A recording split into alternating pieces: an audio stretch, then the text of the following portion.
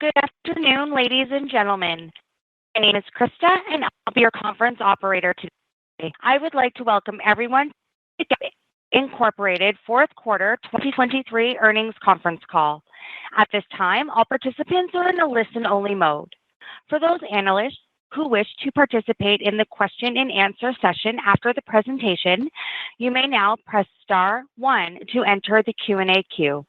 As a reminder, please limit your questions to one per participant. If anyone should require assistance during the call, please press star, then zero on your touch-tone phone. I would now like to introduce your host, Emily Gacka, Director of Investor Relations. Emily, please go ahead.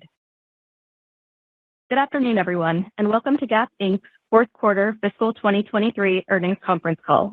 Before we begin, I'd like to remind you that the information made available on this conference call contains forward-looking statements that are subject to risks that could cause our actual results to be materially different. For information on factors that could cause our actual results to differ materially from any forward-looking statements, as well as a description and reconciliation of any financial measures not consistent with generally accepted accounting principles, please refer to the cautionary statements contained in our latest earnings release, the risk factors described in the company's annual report on Form 10-K filed with the Securities and Exchange Commission on March 14, 2023, and any subsequent filings with the Securities and Exchange Commission, all of which are available on gapinc.com. These forward-looking statements are based on information as of today, March 7, 2024, and we assume no obligation to publicly update or revise our forward-looking statements. Joining me on the call today are Chief Executive Officer Richard Dickson and Chief Financial Officer Katrina O'Connell. With that, I'll turn the call over to Richard. Thank you for joining our call today, where I'll provide an update on our performance and progress in the context of our four strategic priorities. Then I'll pass the call to Katrina to walk you through our detailed financial results, as well as our 2024 outlook before we take questions. As a reminder, our four strategic priorities are: first, maintaining and delivering financial and operational rigor; second, the reinvigoration of our brands; third, strengthening our platform; and fourth, energizing our culture. Before I start, I'd like to highlight three recent additions to our leadership team, each of whom will contribute meaningfully to the ongoing execution of our strategic priorities. Eric Chan has joined us as Chief Business and Strategy Officer, Amy Thompson as Chief People Officer, and Zach Posen as Creative Director of Gap Inc. and Chief Creative Officer of Old Navy. I've been purposeful in thinking about the talent and skills these executives bring and how they complement our existing institutional knowledge. These new leaders will play critical roles in unlocking our full potential and solidifying our foundation as we redefine Gap Inc. for a new era, one where financial and operational rigor is a cornerstone of strength, bolstered by best-in-class talent and a culture of creativity, all paving the way for brand reinvigoration and greater cultural relevance. We are pleased with the results of the quarter as we exceeded expectations on several key metrics driven by our strategic priorities. Maintaining and delivering financial and operational rigor strengthened our financial footing in 2023, showing that we can drive more efficiency and productivity, enabling us to focus on brand reinvigoration. We made a lot of progress, delivering cost savings and gross margin expansion, and this work helped us deliver meaningful improvement in adjusted operating margin of 410 basis points for 2023. Our focus on controlling the controllables also resulted in better working capital and a stronger balance sheet at year-end. This includes reducing our inventory levels by 16% year-over-year, building a strong cash balance of $1.9 billion, and generating over $1.1 billion in free cash flow. These proof points put us on strong financial footing as we begin 2024. Our results in the fourth quarter demonstrate strong progress, not only in terms of improved margins and well-controlled expenses, but also with more stability in net sales. Net sales grew by 1% and comps were flat, with Gap Inc. gaining market share. The sequential improvement, which is noteworthy in a declining apparel market, reflects the team's responsiveness and nimbleness as we begin our brand reinvigoration work. Old Navy comps increased 2%, and we were pleased to gain share in women's for the fourth quarter, building on the success we saw in the third quarter. We are also encouraged that we increased our foothold in two key categories, active and bottoms. As the number 5 player in the active space, we are excited for Old Navy to accelerate in this leading category. The all-important bottoms category creates additional opportunities because it's the gateway to the full wardrobe. Gap brand's comps were up 4%, driven by strength in women's, where we delivered our 5th consecutive quarter of market share gains. This result was amplified by good performances in denim and sweaters, supported by new marketing campaigns. Banana Republic comps were down 4% as we conduct deliberate and ongoing work to reestablish the brand. And Athleta's comps were down 10% as we lapped a period of heavy discounting that we previewed last quarter, but improved sequentially, driven by new holiday product, updated marketing, and improved in-store presentation. We expanded our company gross margin by 530 basis points, ahead of expectations, driven by more effective sourcing strategies and lower commodity costs, combined with improved promotional activities, leaner inventories, and better assortments. We also increased our operating margin by 570 basis points to 5%. Our team is demonstrating the ability to do what we say we're going to do, and in some cases, even more. However, we're not where we need to be.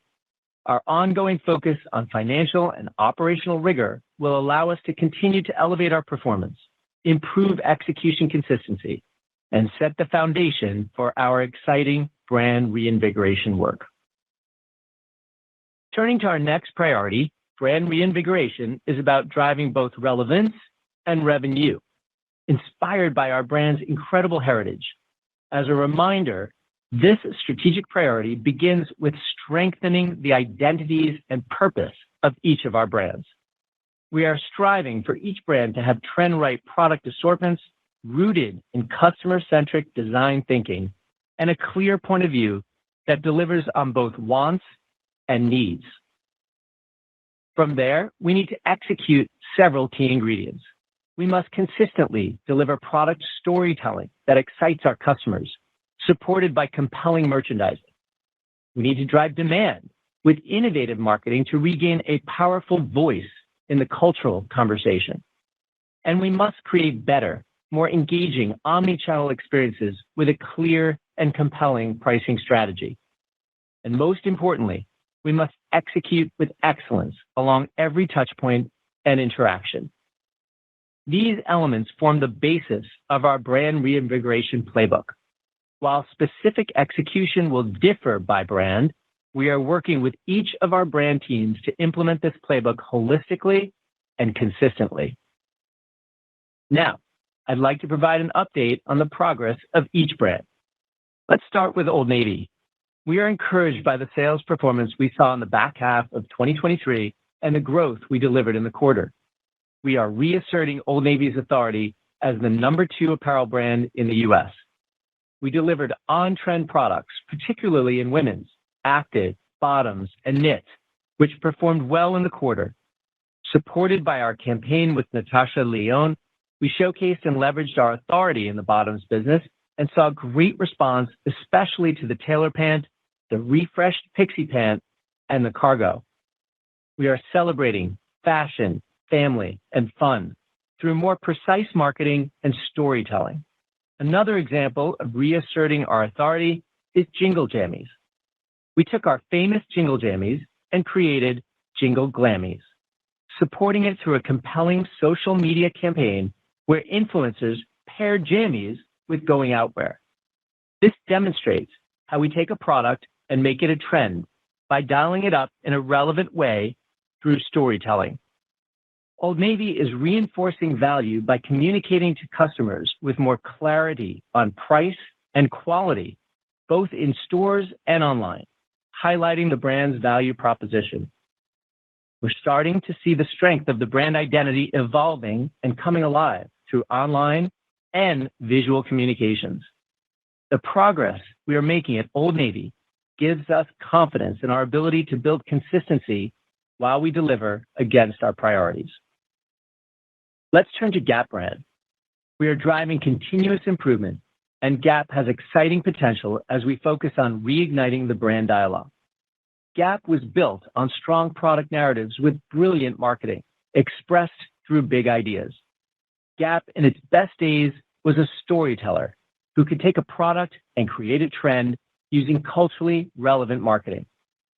During the fourth quarter, our team took Cash Soft, Gap's innovative washable fabric that feels like cashmere, and turned it into a big idea through creative storytelling, supported by elevated marketing and an in-store design and digital presentation. We amplified this innovative product idea, and it became a key contributor to the strength in sweaters we saw during the quarter. Its success is an important proof point that shows we can reignite Gap with big ideas and deliver improved results. And now we're going to build on that example with relentless repetition. Our linen campaign, which launched in late February, is the big idea for spring. The campaign is running now, and I encourage you to take a look. This is a great example of the brand taking trend-right product and amplifying it, turning it into a big idea expressed through compelling in-store merchandising and strong digital execution with an innovative and culturally relevant marketing campaign entitled Linen Moves, featuring musical artists Tyla and Jungle. We struck a cultural chord on Instagram and TikTok. Linen Moves was Gap brand's highest performing video on both platforms ever, and we're just getting started. Regarding Banana Republic, we are focused on reestablishing this brand to thrive in the premium lifestyle space. As I've dug in with the Banana Republic team, I've realized that we are behind on the fundamentals, having the right product in the right place with the right price. 2024 will be about getting back to the basics, both for product and execution. This includes a focus on go-to wardrobe pieces and BR classics like sweaters, Oxfords, suit separates, and khakis. Those products that Banana Republic has been known for and will be again. We're encouraged by the brand aesthetic, but it will take some time to get this right and unlock the potential of this business. Turning to Athleta, as we shared with you last quarter, the brand had missteps in prior years, and as a result, net sales for the brand remain muted in Q4 as we lap markdowns, a challenge that we will continue to face through the first half of 2024. Athleta is a brand with significant growth potential and a clear and distinct positioning rooted in the power of she. Early holiday ideas like Cold Weather Train and our Shine set sold well. These great ideas were ultimately bought too small, but they are good proof points that we are on the right track at Athleta. We're making progress in resetting this brand, returning to the core of Athleta's positioning. We started the new year with a cleaner palette, and we've seen early successes in new arrivals. Although the changes are small, we are learning and encouraged by the customers' early reactions. We're focused on resetting the brand for success and putting Athleta back at the center of the cultural wellness conversation while re-engaging the brand's performance roots. Moving to the third strategic priority, strengthening our platform. We're focused on building and sharpening our operational capabilities to improve effectiveness and efficiency, and in turn drive cost leverage and demand generation. I recently returned from a 2-week trip to Asia, during which I immersed myself in our supply chain infrastructure. I spent time listening, learning, and understanding the facets of our supply chain network, and I have gained insight into the incredible long-standing partnerships that we have built over the years. I also spent time in our Hyderabad office in India, studying our technology tools and capabilities. While encouraging, this is an area that we will be focused on elevating as part of our path to becoming a high-performing apparel company. We are still in the assessment phase, but my intent is to cultivate a digital-first organization and mindset that uses technology to enable business strategy, enhance the customer experience, and capture future opportunities. We are also beginning to evaluate how we can better leverage our media and marketing with the goal of developing more compelling creative and more innovative media to support growth across the portfolio. I believe our platform gives us meaningful differentiation and has the potential to unlock additional value creation, and we will work to further build out our capabilities to drive efficiency and effectiveness. The fourth priority is culture. Energizing our culture will fuel creativity and connectivity while driving accountability across our organization. As I mentioned earlier, the recent appointment of Amy Thompson has bolstered our leadership team and underscored our investment in building a culture where employees show up every day with purpose and a sense of belonging.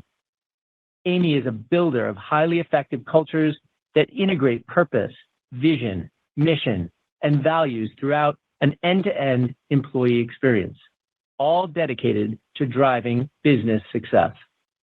This includes igniting a growth mindset with empowered leaders and aligned incentives. I'm confident she will help us build a winning culture at Gap Inc. Today, our company is on strong financial footing. In 2024, we will continue to strengthen our fundamentals as we focus on our four strategic priorities.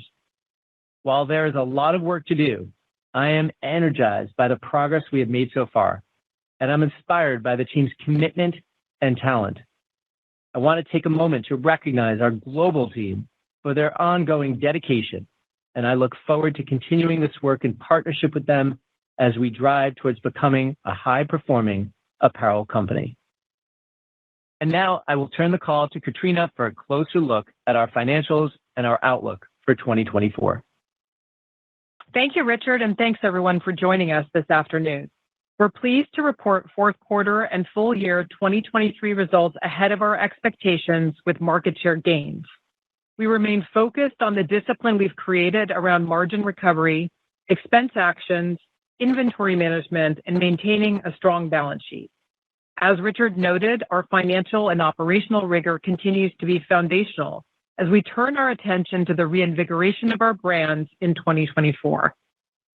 Before we begin, I'll note that all results reported today are inclusive of the 53rd week, except for comparable sales metrics.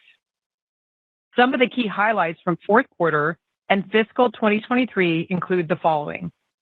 Fourth quarter comparable sales were flat and net sales were up 1%, ahead of our expectations, driven by Old Navy and Gap brand sales results during the important holiday season.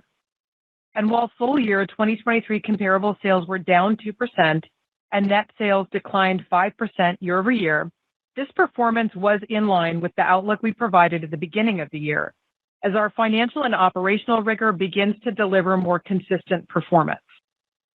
Old Navy drove a positive 2% comparable sales in the quarter, building increased confidence in consistent delivery of net sales growth. For the year, Old Navy comparable sales were down 1%, with positive comp performance in the second half of the year and market share gains in all four quarters.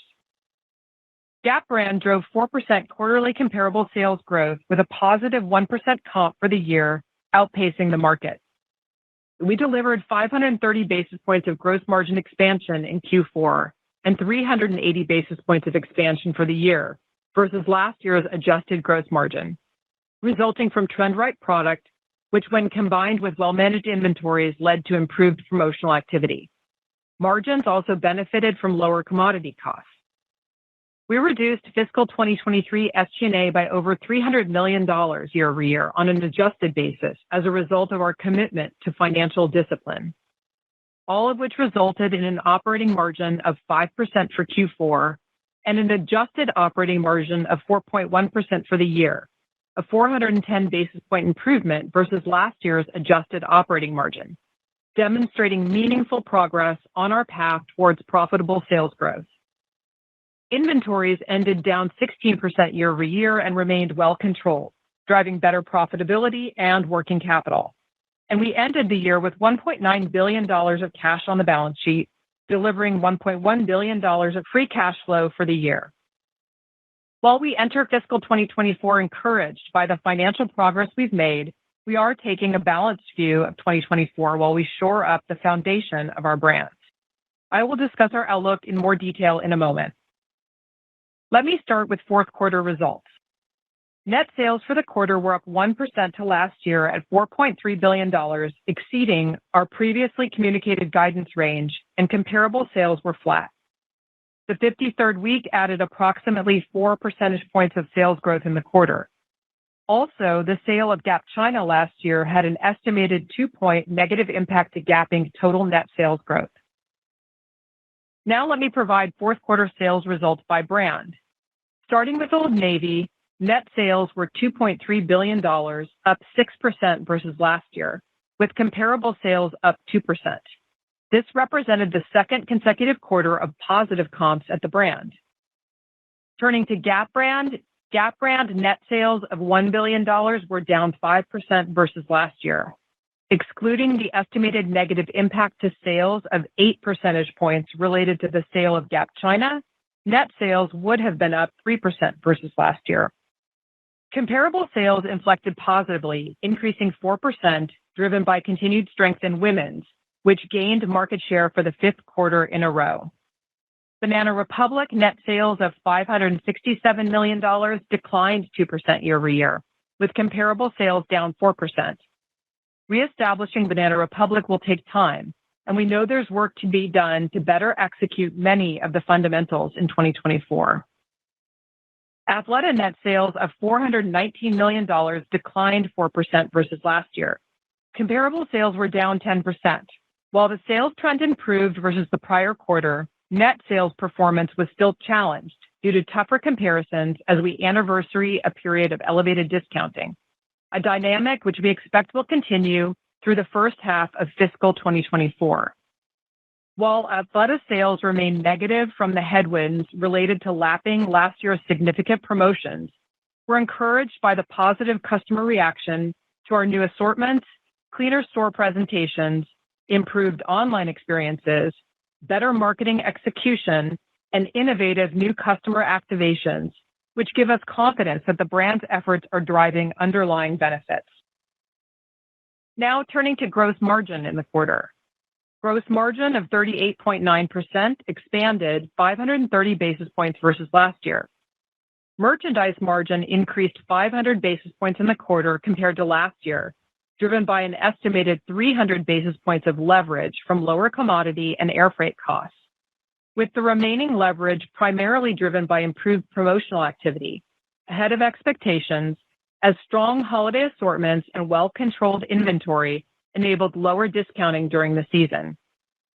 Rent, occupancy, and depreciation modestly declined on a nominal dollar basis versus last year.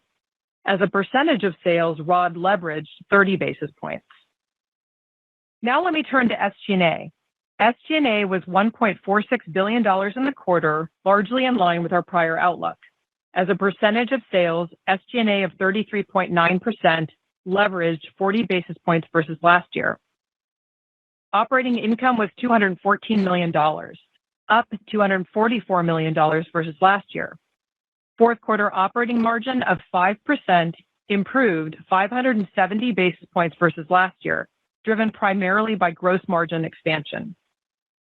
Fourth quarter net interest income was $4 million, as higher interest earned on cash balances offset interest expense.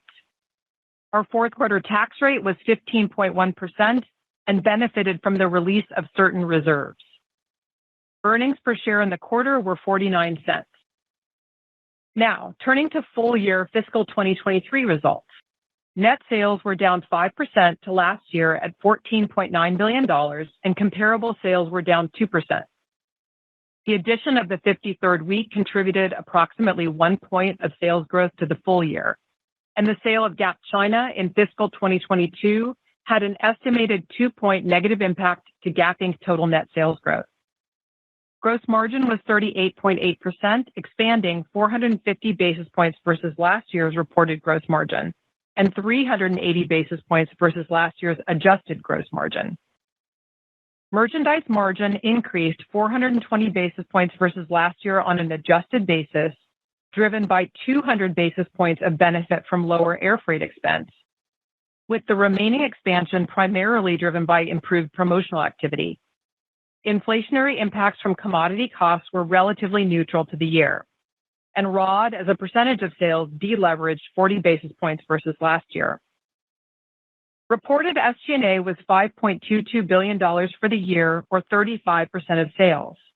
Excluding restructuring costs and a gain related to the sale of an office building, adjusted SG&A was $5.17 billion, down 6% versus last year, primarily driven by cost savings as a result of strategic actions. Reported operating margin was 3.8%. Excluding $93 million in restructuring costs and $47 million related to the gain on sale of an office building, adjusted operating margin of 4.1% expanded 410 basis points versus last year.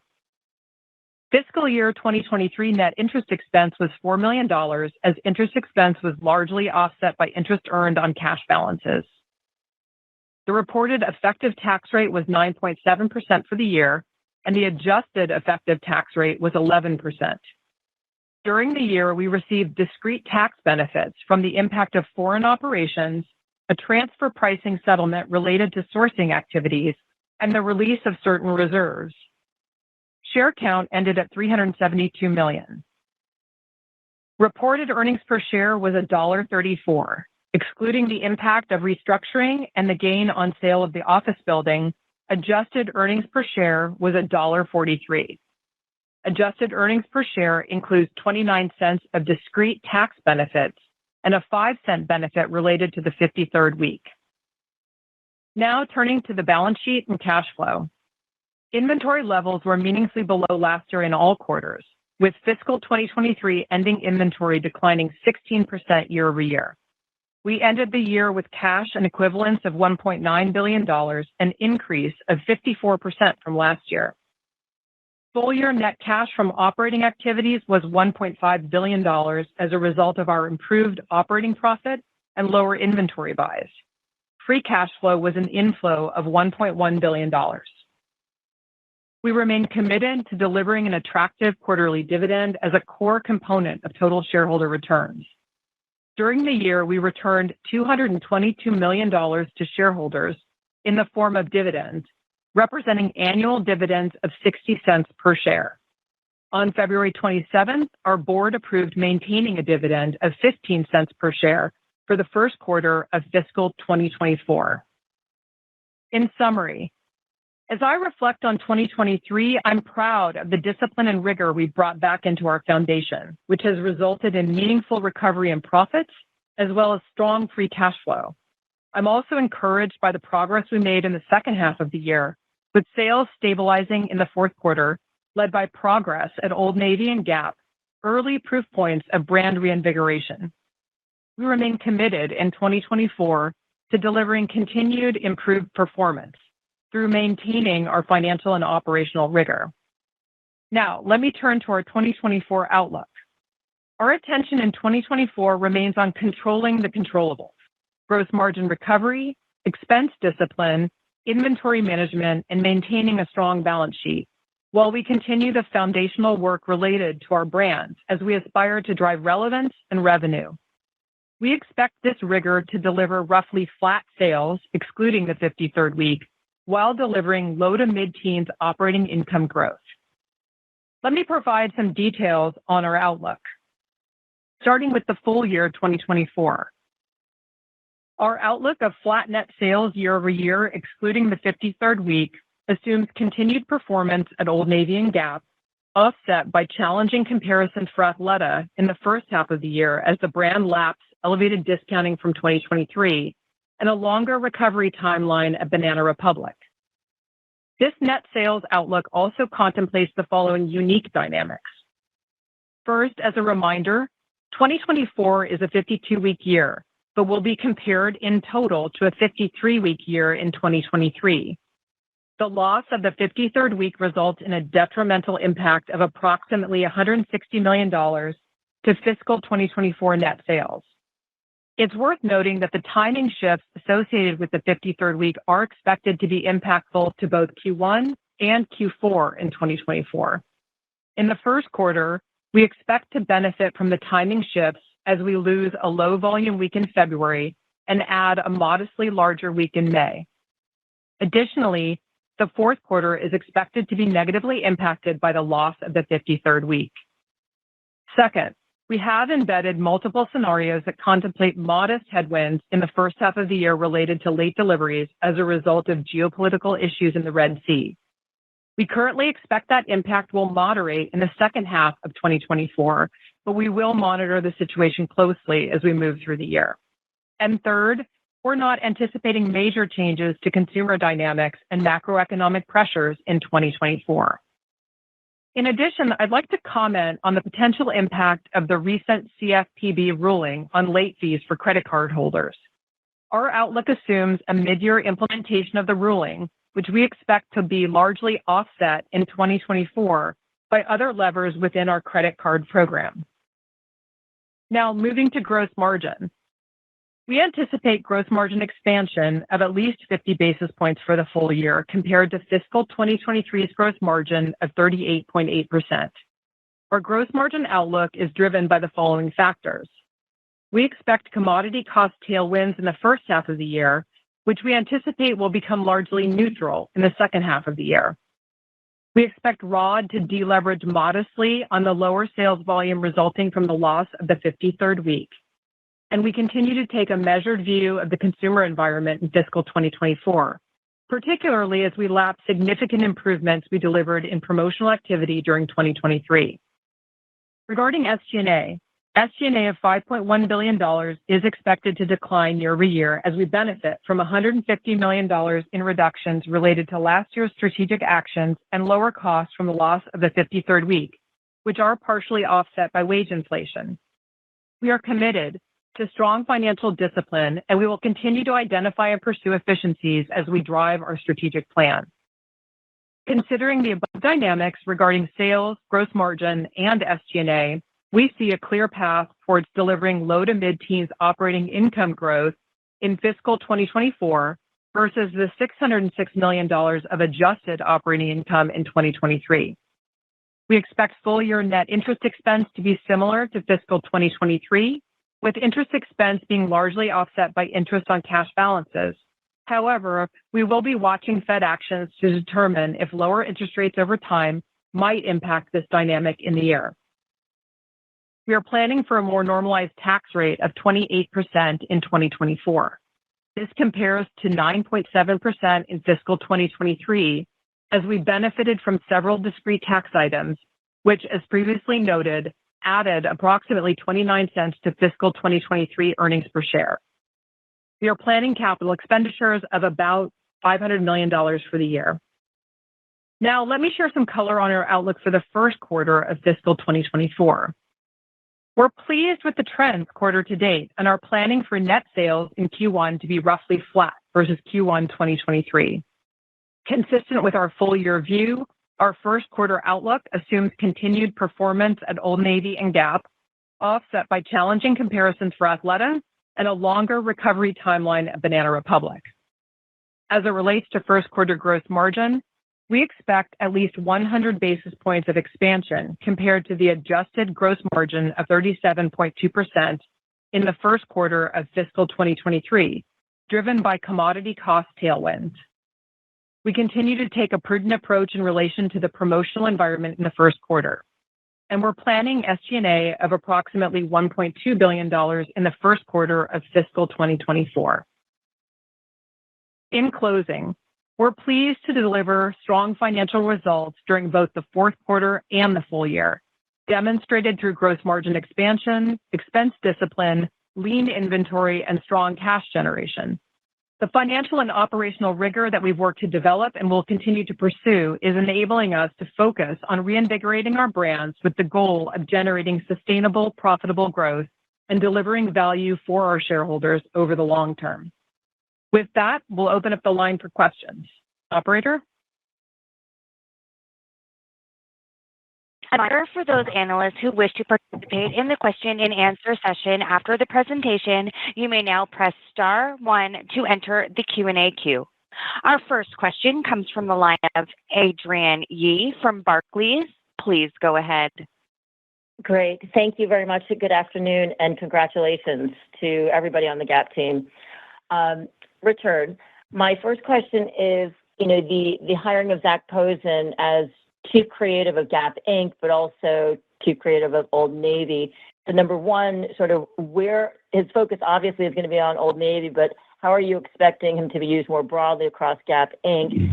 And then historically, Gap has had designers in the fold before, and we always say you design for the one and merchandise for the masses. So I just want to, get your philosophy on how you kind of expect to keep the guardrails on that.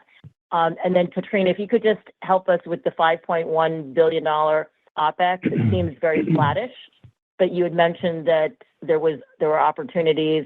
It seems a little bit high, I guess is the way I would put it. So any color there would be great. Thank you very much. Sure. Thanks, Adrienne. I appreciate the question. And we're very excited to welcome Zac to the company, and in particular to our largest brand, Old Navy, where he's going to be serving as Chief Creative Officer. Zac is one of America's most celebrated designers.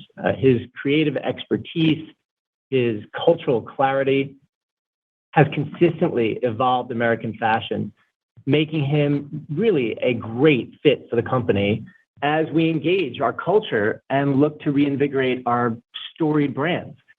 Zac's role as Chief Creative Officer at Old Navy is really designed to harmonize, orchestrate, and dial up the storytelling across product and marketing. Looking at how we create brand relevance and curate experiences that ultimately celebrate the brand's ownable attributes, fun, fashion, and value for the whole family. Now, as Zac gets more immersed in the business, his influence will be really well considered to enhance the continuity of the brand's reinvigoration, which we've already started to see show up on the scoreboards, and his leadership across the portfolio will add a new dimension of relevance. And I'm really looking forward to Zac on the team and having him get immersed in our portfolio and our brands. Fantastic. And then, Adrienne, let me take on the SG&A question. It's a great one, and I think you'd agree that we're committed to maintaining financial and operational rigor, which has really strengthened our financial footing. 2023 reflected the benefits of the ongoing work, particularly in terms of margins, expenses, inventory, cash flow. And we just delivered a year with SG&A reductions of approximately $300 million. The outlook we provided today does reflect another $70 million of reductions. That's really driven by the remaining $150 million reduction from last year's strategic actions, partially offset by inflationary pressures from wages and other headwinds. I believe we can make our cost structure more efficient and drive operating margin expansion, but we have work to do to get back to historical levels. So our outlook today reflects our current point of view, but we'll continue to assess the efficiency of our investments and look for opportunities for reduction or redeployment where it makes sense. So more to come as we move through the year. Fantastic. Best of luck. Thank you. Your next question comes from the line of Bob Drbul from Guggenheim Securities. Please go ahead. Hi, good afternoon. Richard, I was wondering if you could spend some more time on the marketing initiatives that are underway. I've seen some changes within Athleta, but I've also seen, the Gap campaign has been really highly visible. So I guess if you could just talk about how you're approaching it and I guess the level of expense that you're there and sort of the commitment to sort of reinvesting in the marketing, I think that would be pretty helpful for us. Thanks. Sure. Yeah, Bob, thank you for the question. Look, marketing is a much more complex function today than it was in the past, and our brands need to show up where consumers are. but they need to show up in relevant ways. And the media mix to create relevant demand creation has changed vastly, and we're approaching it very differently than in the past. There really is an art and science to creating demand today, and Gap Inc.'s brands have been behind, but we are working on delivering more efficiency with our marketing and media dollars to have more specific and significant impact. And what I would say is, while we don't share marketing spend by brand, it's really not about spending more, it's about spending more efficiently. And I think you can take the Gap Linen campaign, as you mentioned, as an example. You know, Gap's probably furthest along in this new approach, using a holistic approach, social, influencers, streaming, linear, throughout all the way through our stores, site, to amplify this big idea. And I think, as you'll see, you need to be driving a message consistently from the top to the bottom of the marketing funnel. And historically, we've not done a good job of keeping the message consistent throughout the funnel. And this is a great example of our new marketing methodology. Now, on Athleta, which you mentioned specifically, which again, is another great example, we have a really significant opportunity with this important brand. The power of she is a compelling brand platform. And we know the Athleta brand resonates with consumers, but our missteps in executing product, marketing, experience has ultimately weighed heavily on the performance of the brand in recent years. Chris, as you know, Blakesley joined us in 2023, leading a team that is driving the brand reinvigoration. And I think as you start to see some of that reinvigoration playbook through marketing, great storytelling, executed through social media and our stores, we're very excited about really the tremendous potential of Athleta. And Gap as well, as I mentioned before, incredible storytelling brand, historically a pop culture brand that truly does more than sell clothes. And today we're really moving again. The current campaign, Linen Moves, it is a great example of Gap having a voice again in the cultural conversation, taking linen as an amplified big idea and doing it and owning it only the way Gap can. Music, leverage, always been synonymous with Gap. We've teamed up with Grammy Award winner Tyla and the recent Brit Award winner Jungle and created a credible storytelling campaign that's culturally relevant and resonating. And my last point, particularly in the marketing, metrics that matter, places like TikTok and Instagram are new platforms for Gap in the context of being more relevant to our consumer. Linen Moves is currently Gap brand's highest performing video on both of these platforms ever. So early days, we're encouraged with the momentum that we're seeing. The playbook is in action, and there'll be a lot more to come. Great. Thank you very much. Your next question comes from the line of Ike Boruchow from Wells Fargo. Please go ahead. Hey, everyone. Congrats on the quarter. Two questions. Richard, maybe first for you, just I hate to put you in a tough spot, but there's let's leave Athleta and Banana alone. Ongoing outperformance, I think, were the words for the guidance for Old Navy and Gap. If you have to look at both of those brands, which one do you feel like you have your arms around the best in terms of branding, marketing, and sustainability of positive comps? And then just the follow-up question would be for Katrina. Just I think based on your guidance, you're around 4.5-5% margin. If we kind of go back pre-COVID, you were kind of consistently in the high single digits. How are we thinking about multi-year, the building of the foundation that you guys are doing? If you can sustain, low single digit growth, like how should we think about the ultimate margin structure of the company over time? Thanks, Ike. First off, I'd say my arms are everywhere in the context of, what we're trying to achieve here. And I think, again, speaking for the quarter results, we exceeded expectations on both top and bottom line, gaining market shares, and the strength was really driven by the two largest brands in our portfolio, Old Navy and Gap. And more specifically, Old Navy, it's the largest brand in our portfolio, and we've been working on reasserting the brand's authority as the number 2 apparel brand in the country. We have a strong retail presence. We have over 1,200 stores and an incredible online presence. which I would encourage you to take a look at today in the context of its clarity and new relevant persona. We did have a strong quarter. Our sales were up 6% with comps up 2%. We gained share in all segments, but did particularly well in women's, which we dialed up from a marketing perspective. And I will say the team has done a great job driving the financial and operational rigor, and Old Navy is really starting to see early signs of that brand reinvigoration. In particular, we know Old Navy has a reference reinforcing style authority, but with more clarity on price and quality, both in stores and online. And again, we're very encouraged with those early results and the consistency that we expect to have throughout the year in 2024 as we build upon that discipline. I talked about Gap in the previous question, but similar. We've had a great, quarter with Gap and year. We were very happy with the positive comps, and we've been working to reignite Gap and drawing on what made this brand so special in the first place. And ultimately, I think this campaign that you're seeing in the market today, again, go online, take a look. I think it's a great example of the playbook in action and Gap having a voice in culture again, taking an idea in our storytelling and amplify it in a way that only Gap can. And then to talk more specifically to the margin structure, I would say I do see a path to delivering operating margin expansion in the long term.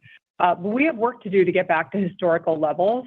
I think first and foremost, this business leverages nicely when we get the top line moving, and it hasn't been growing regularly. And that's really what the brand reinvigoration work that Richard's been referencing is all about. Getting our businesses back to relevance and revenue and driving the top line. That unto itself will drive operating margin expansion. And in the meantime, we've been through several years of transformation, partnering international markets, closing our unprofitable stores, divesting of smaller brands. All that reduced the fixed cost base. And then recently, we've been doing other cost actions, all of which that discipline has taken out about $550 million of cost. And that led to this cost structure that leverages so nicely on sales growth. And we just talked about it. We'll consistently evaluate the cost structure to identify additional opportunities. So, again, to sort of end where I started, there's a path to delivering operating margin expansion in the long term as we get back to delivering consistent sales growth. Thanks so much. Thanks, guys. Your next question comes from the line of Matthew Boss from JP Morgan. Please go ahead. Thanks, and congrats on a nice quarter. Thank you. So Richard, could you elaborate on the market share gains that you cited that you're seeing at Old Navy and the Gap, if you break down maybe by some of the destination categories for each of those brands, and any change in momentum that you're seeing at Old Navy or Gap as we think about early spring and some of the maybe early trends? And then Katrina, so you're coming off 500 basis points of merchandise margin expansion. Inventories are down mid-teens. I guess how best to think about the magnitude of merchandise margin opportunity in 2024, just considering some of the product cost tailwinds and maybe your view on the promotional landscape? Absolutely, Matt. Thanks for the question. As mentioned, Gap Inc. gained market share in the quarter year over year, which we were very pleased with, and that is on the backdrop of a declining overall industry. So even more credit to the strength of these two particular brands at this particular time. It was driven, of course, by Old Navy and Gap, as mentioned. And frankly, what we've seen in particular is, in Gap Inc., we gained share in literally all segments. The stores gained share driven by Old Navy and Gap, and also outerwear, sleep, pants, wovens, tops also gained. Kids and baby, as fair to mention, is a really important segment of our business. The Old Navy is the number one kids and baby brand in the U.S. Gap Inc. owns 9% of the total market, and we have proven capabilities and brands that resonate in this category. And so over time, it's also an opportunity for us to accelerate and become even more important of a player in this segment. And as you'll see, and we evolve our dialogue going forward, we have opportunities in several key categories of strength. denim, active, kids and baby. These will all be really good conversations for us to have as we move forward with our reinvigoration plans. And then on gross margin, I just provided guidance for the full year of at least 50 basis points of margin expansion for the full year, and at least 100 basis points of expansion for Q1. So let me talk to you a little bit about that. I think as you noted, the rigor we utilized in 2023 drove 380 basis points of expansion year over year. And as we recaptured a lot of inflation in the back half of the year, and we had stronger assortments with the tighter inventories that we had overall, we're really maintaining that rigor and committed to that as we head into 2024. I think you saw that we ended with 16% less inventory year over year. We expect similar inventories coming out of Q1. And so that inventory rigor will allow us to lap the about 200 basis points of improvement from less promotions last year, this year as we head into the year. So commodity cost tailwinds in the first half this year will become largely neutral in the back half. And we are maintaining the rigor so that we can continue to lap last year's outsized promotion improvement. Thanks, Matt. Your next question comes from the line of Michael Binetti from Evercore ISI. Please go ahead. Thanks. Congrats on a great quarter. I guess, Katrina, I'm just following a little bit of the math here. You've got the merch margins up nicely to 2019 in the quarter, but I don't know that all the brands are back above 2019 margins. So I know you were asked about merch margins a little while ago. I don't think all the brands are above. Can you speak through a brand lens where you see the opportunity the most on merchandise margin from here and how you're attacking that opportunity in the plan you gave us today? And then I think if I heard you right, you said that you mentioned that ROD would leverage. Do you think ROD leverages excluding the 53rd week this year, or maybe the cadence of ROD through the year, please? Sure. So I think if I think about the performance for 2024, our outlook includes the fact that our brands are in sort of different places as it relates to brand reinvigoration. And similar to the performance we just put up for 2023, we're seeing early proof points of the brand reinvigoration at Old Navy and Gap, our two largest brands, which really gives us more confidence in the brand's ability to be delivering consistent performance going forward. And so while we don't guide by brand, we would expect Old Navy and Gap to deliver positive sales in the year. We continue to reset Athleta. I think we talked about that. And as we lap the brand's missteps made in the prior year, that will weigh on the revenue in the front half of the year. But we're encouraged, as we talked about, by the underlying progress in some of the early changes. And longer term, we see lots of growth potential at that brand. And then lastly, the recovery at Banana will take more time as the brand works on better execution of the fundamentals. But we don't disclose margins by brand. We're just encouraged by the outlook we provided today of overall operating income growth. And we're just going to continue to use rigor in the middle of the P&L that will result in the low to mid-teens operating income growth that we gave today on roughly flat sales growth. As it relates to ROD, our principle for ROD generally on the year is that ROD leverages on flat to slightly positive sales. So when you think about excluding the 53rd week, ROD is very slightly deleveraging on the year, and that's just, some dynamics related to the 53rd week. But that's how we think about ROD. Thanks a lot. Your next question comes from the line of Lorraine Hutchinson from Bank of America. Please go ahead. Thank you. Good afternoon. I wanted to follow up on Bob's question about marketing. Can you quantify how much you spent on marketing in 2023? And do you have aspirations to reduce this expense going forward, or just redeploy it at current levels? Yeah, we don't disclose how we spend or what we spend on in the context of marketing. We invest in advertising over time, and our ad spend has grown to support our brands as a result of elevated costs. But in general, ultimately, our mission is to drive more effective and more efficient use of our dollars. Marketing dollars are continuing to come down year over year, and that is a direct function of more innovative medium metrics that is sort of driving a more innovative approach to how we market. We're continuing to evaluate our marketing comprehensively as part of the brand reinvigoration work, as well as part of media efficiency work. Whether that results in lower spend in 2024 or better effectiveness of the current spend, we're going to continue to see how that plays out. But regardless, we have plenty of marketing investment, do not need to be spending any more, and we're going to continue to look for opportunities to be more efficient and save where appropriate.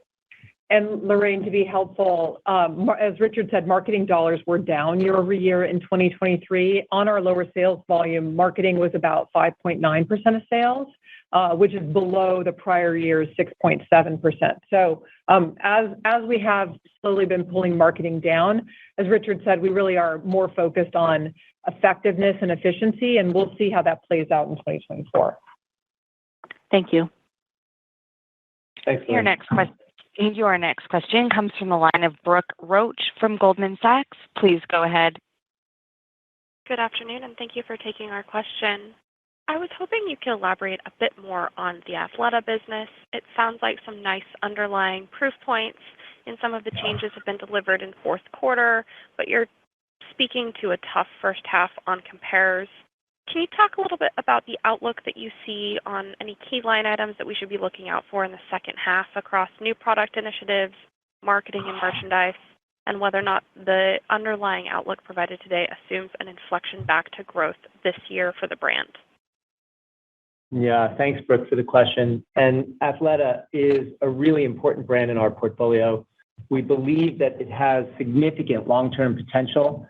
The Power of She, as I've talked about, is just an incredibly compelling brand platform, and we know the brand resonates with consumers. Our missteps are very public. We've executed poorly in product, marketing, and experience, and that's weighed on the performance of the brand in recent years. But resetting the brand will take time. We expect the tougher promotional volume comparisons to improve by the second half of 2024. The team is focused incredibly well on executing the brand reinvigoration playbook. They're leveraging the brand purpose, identity with great new product, exciting storytelling. It's supported by compelling marketing and really executed with excellence. I would encourage you to take a look at our sites, take a look at the social dialogue that we currently have on Athleta, even our stores. That we started the new year with a very clean palette in our stores, and we've seen early successes in some of the new arrivals. And again, encouraged by the customer's early reaction. I'm really liking where the team is going with the new drop strategy, innovation, color, and new customer activations. And we'll, of course, provide updates as we move through the year and assess the brand's continued progress in executing the playbook. But suffice it to say, we are very excited about the tremendous potential of Athleta. Great, thanks. And just one follow-up for Katrina. Following the strong success in inventory management you've seen this year, can you provide an update on how you're planning inventory for this year and your outlook for improved inventory turns going forward? Sure. So for inventory, as we talked about, we ended with inventories down 16% on a year-over-year basis, and we expect end of Q1 inventories to be in about similar. I would say as we start to lap these significant declines in inventory by the time we get to the end of Q2, we'll start to see a more normalized year-over-year inventory dynamic where inventories are down below sales growth, but still lean. We're going to maintain the rigor we have around inventories. And I think we're at our best. We've learned when we are reading and reacting to the consumer and chasing into trends. So that's sort of how we're thinking about inventory for the balance of the year. Thanks so much. I'll pass it on. Thank you. Our last question will come from Alex Stratton from Morgan Stanley. Please go ahead.